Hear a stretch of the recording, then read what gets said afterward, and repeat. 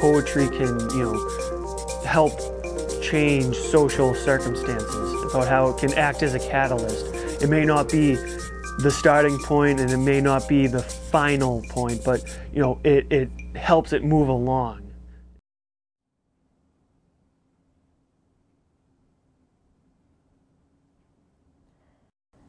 Bent double like old Beckers under sacks, knock-kneed coughing like hags, we cursed through sludge, till on the haunting flares we turned our backs, and towards our distant rest began to trudge. Men marched asleep, many had lost their boots, but limped on bloodshod, all went lame, all blind, drunk with fatigue, deaf even to the hoots of tired, outstripped 5-9s that dropped behind. Gas, gas, quick boys, an ecstasy of fumbling, fitting the clumsy helmets just in time. But someone still was yelling out and stumbling, and rounding like a man in fire or lime, dim through the misty panes in thick green light. As under a green sea, I saw him drowning. In all my dreams before my helpless sight, he plunges at me, guttering, choking, drowning. If in some smothering dreams you too could pace behind the wagon that we flung him in, and watch the white eyes writhing in his face, his hanging face, like a devil sick of sin, if you could hear at every jolt the blood come gargling from the froth-corrupted lungs, obscene as cancer, bitter as the cud.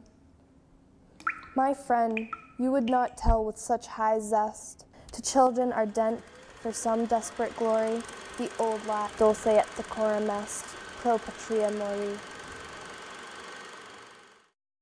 In the poem, the guy was describing how he was watching a man die and how it stuck with him forever, and I think that's something that, like, a lot of my friends that are at war right now have to witness, seeing their friends die beside them, and it's really emotional. I think poems like that really matter, and it's important to get the message out. Oftentimes you can get into the author's mindset without actually physically have to do what that person has done. The poem Dulce et Decorum Est, it's a very gruesome poem about the realities of war. Nowadays we can often see these things on the news, but even then we don't really see it from the soldier's perspective. World War I was a very gruesome war, and I think that the stanza about seeing somebody die from a exposure to mustard gas brings that reality to the reader.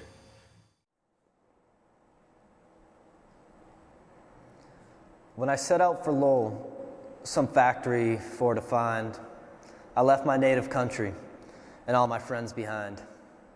But now I'm in Lowell and summoned by the bell. I think less of the factory than of my native dell. The factory bell begins to ring and we must obey, and to our old employment go, or else be turned away. Come all you weary factory girls, I'll have you understand. I'm going to leave the factory and return to my native land. The girls from the factories would petition and protest the conditions. Oftentimes poetry can be a compiling force, brings together people for a particular movement.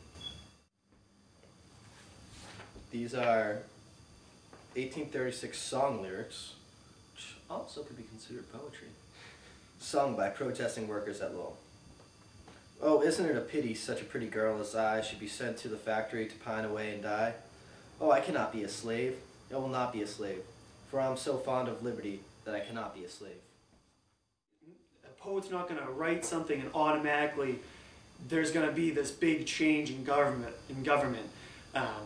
They'll write the poem and it will get a few people looking at it, and it will make you realize something that you didn't realize at first.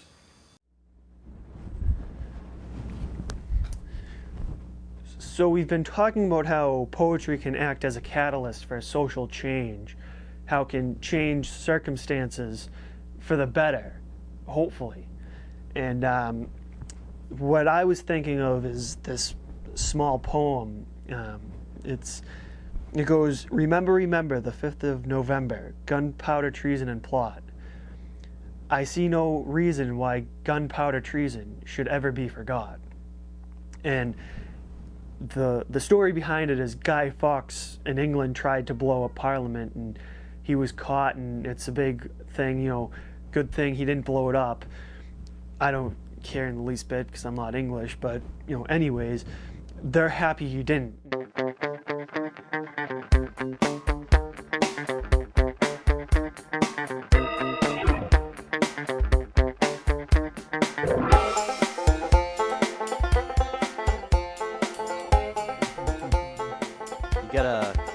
Do you know anything about shooting videos? You go 3, and then you point. Let's try that. 5, 4.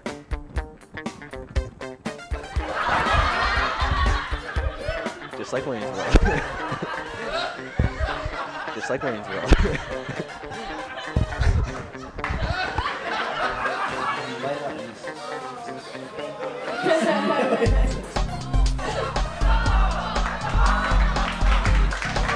I'm Danny Hoehn.